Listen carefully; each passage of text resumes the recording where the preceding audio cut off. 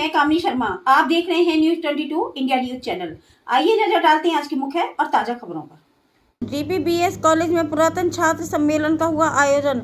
डीपीबीएस college Anupshahr में पुरातन छात्र सम्मेलन का आयोजन किया गया। ये आयोजन कॉलेज के इतिहास में एक महत्वपूर्ण पड़ाव के रूप में देखा गया, जिसमें विभिन्न सत्रों में पढ़ चुके पुरातन छात्र छात्राएं एक बार फिर से अपने कॉलेज परिसर में लौटे और भावनात्मक, प्रेरणादायक एवं यादगार पलों को साझा किया। कॉलेज प्राचार्य प्रोफेसर जी.के. सिंह ने दीप प्रज्वलन कर कार्यक्रम की विधिवत शुरुआत की। तत्पश्चात सरस्वती वंदना प्रस्तुत की गई। प्राचार्य महोदय ने स्वागत भाषण में कहा, पुरातन छात्रों की भूमिका किसी भी शैक्षणिक संस्थान के भविष्य निर्माण में अत्यंत महत्वपूर्ण होती है। उनका अनुभव व योगदान आने वाली पीढ़ियों को दिशा देता है। सम्मेलन में कॉलेज के विभिन्न वर्षों के पूर्व छात्रों ने भाग लिया, जिनमें से कई आज उच्च पदों पर कार्यरत हैं, जैसे कि डॉक्टर, इंजीनियर, IAS अधिकारी, शिक्षक, उद्यमी आदि। इनमें से गौरव वार्ष्णेय, जो वर्तमान में उत्तर प्रदेश शासन में जॉइंट डायरेक्टर के पद पर कार्यरत थे, और श्री नीरज त्यागी यदु कॉरपोरेशन ऊना के डायरेक्टर ने महाविद्यालय के लिए एक ऐसी दान किया। देखिए अनूपशहर से रविंद्र कुमार ईसा के साथ योगेंद्र प्रजापति की ये खास रिपोर्ट। बंसल सर का और चंद्रमती मैम का, जागृति मैम यहाँ पर अभी नहीं है, जिनकी वजह से मुझे केमिस्ट्री में रुचि आई और अभी मैं JP विद्या मंदिर में ही PGT केमिस्ट्री के रूप में कार्यरत हूँ। और धन्यवाद सभी। लोकों के स्वामी हैं, फिर भी कितने साधारण हैं। वानर बनकर शंकर जिनकी सेवा में सदा परायण है। धरती से पाप हटाया, भक्ति और भाव जगाया। मेरे राम ने मानवता का क्या अद्भुत पाठ पढ़ाया। हो मेरे राम ने मानवता का क्या अद्भुत पाठ पढ़ाया। और अंत में मैं सभी गुरुजनों को शत नमन और संस्कार शाला को कोटि कोटि नमन।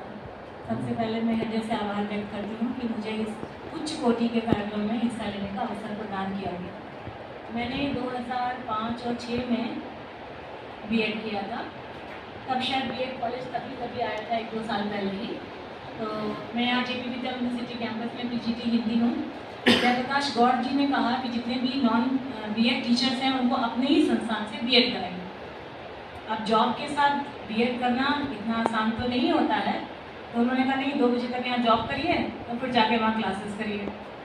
अब यहाँ पर हमें थोड़ी चोरी करनी थी, थकान उतारनी थी।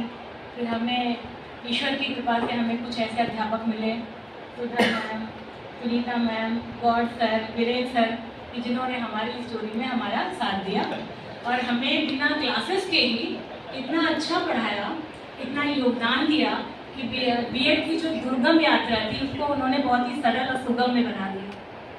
और उन्हीं की कृपा से प्रैक्टिकल पे हाईएस्ट मार्क्स मेरे आए थे। उसके बाद मेरा प्रमोशन भी हुआ।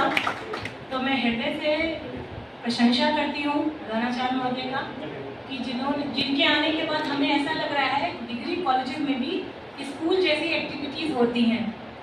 पहले यहाँ थोड़ा, जैसा मुझे लगता है कि थोड़ा नीरसता थी, शांति थी, इतने लोगों में वो हलचल नहीं थी, ऊर्जा नहीं थी। आपके आने से वो ऊर्जा जो अंदर दबी हुई थी हनुमान जी की तरह, वो जागृत हुई है और हर जगह चमक और रौनक दिखाई पड़ रही है। तो मैं दिल से, मेरी मनोकामना है कि ये संस्था दिन दुगनी रात चौगुनी उन्नति करे और देश में नहीं विदेश में भी अपना नाम करे। धन्यवाद। क्या उसका सहयोग करेंगे? मैंने कहा सर मंदिर हम बना देंगे। तो अध्यक्ष जी ने धीरे से मुझसे पूछा कि पैसे कैसे का इंतजाम है। मैंने सर पैसे का तो हो जाएगा, महादेव के मंदिर की बात है तो कैसी बात नहीं है, पैसे का इंतजाम तो हो ही जाएगा। मुझे नहीं पता था कौन शक्ति थी, क्या था और कैसे मैंने ये सब बातें कही। और वो महादेव आए वहां से और उन्होंने अपनी जगह गंगा के किनारे ली और गंगा के किनारे के जो महादेव थे वो मेरे यहाँ आ गए और एक मंदिर का निर्माण हुआ। फिर ये पंचायतन मंदिर हो गया, इसमें सारे देव हैं, देवी देवता सब बैठे हुए हैं, इसमें बहुत सुंदर मंदिर बन गया। हमें एक छोटा सा मंदिर बनाना था, एक कोने में ऐसा चाह रहे थे कि थोड़ी सी पूजा हो जाए करे, उसकी कमी थी। और इतना बड़ा इतना विशाल मंदिर बन गया, बड़ा सुंदर है, आप लोग देख के जाइएगा, आपका मन प्रसन्न हो जाएगा। और वो महादेव हमारे कॉलेज में पधार गए, तो आज उनकी बात ना होना तो मतलब संभव ही नहीं था। मैं भी आदरणीय जेपी सर की बायोग्राफी पे काम कर रहा हूँ, तो उसमें कई किताबें मुझे पढ़नी रहती हैं, उनके लेटर्स हैं, तो कहीं मैं पढ़ रहा था, उन्होंने एक एग्जाम्पल दिया हुआ है बड़ी प्रमुखता से। एग्जाम्पल ये है कि एक बार महादेव जो है पृथ्वी वालों से नाराज हो गए और उन्होंने कहा कि अब मैं कभी शंख नहीं बजाऊंगा, शंख नहीं बजाएंगे तो बारिश नहीं होगी। उन्होंने कहा नहीं बजाऊंगा मैं शंख, और अब नहीं होगी बारिश इस धरती पे। धरती पे सूखा पड़ गया, काफी साल निकल गए, सूखा पड़ता रहा। फिर महादेव ने कहा चलो देख के आते हैं पार्वती से कि क्या चल रहा है धरती पे। तो जब वो गुजर रहे थे कहीं खेत के पास से, तो उन्होंने देखा एक किसान बहुत गर्मी में, बहुत धूप में हल चला रहा है। तो वो बोले पार्वती से, हमने तो बारिश से बंद कर रखी है, ये हल क्यों चला रहा है? 4-5 साल से तो बारिश हुई नहीं है, फिर भी ये इतनी सूखी मिट्टी में हल चलाया हुआ है, क्या बात हो गई? ऐसे पूछते हैं चलो।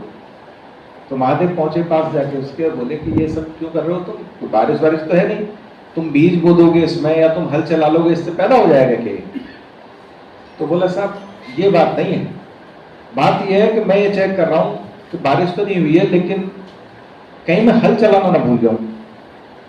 तो ये जरूरी है कि मेरे पास जो कुछ है मैं उसको तो करता रहूं, मैं हल चलाना जारी रखूंगा, मैं बीज बोना जारी रखूंगा, पता नहीं किस दिन बारिश हो जाए। तो महादेव बोले बात तो सही है, मैंने भी 5 साल से शंख नहीं बजाया है। तो एकदम प्रसन्न होते हैं, एकदम नाराज होते हैं, ज्यादा नहीं सोचते महादेव। उन्होंने तुरंत शंख निकाला अपना झोली से और वो बजा दिया। वो बजाते ही बारिश हो गई और किसान की मेहनत रंग लाई। कहने का मतलब यही है, कहानी सुनाने का असली मकसद यही था। मेरे स्टूडेंट्स भी पीछे बैठे हुए हैं और पुरातन छात्र भी हैं हमारे, जो साथीगढ़ भी है एक तरीके से, कि हम अपनी मेहनत के ऊपर पूरा विश्वास करना चाहिए।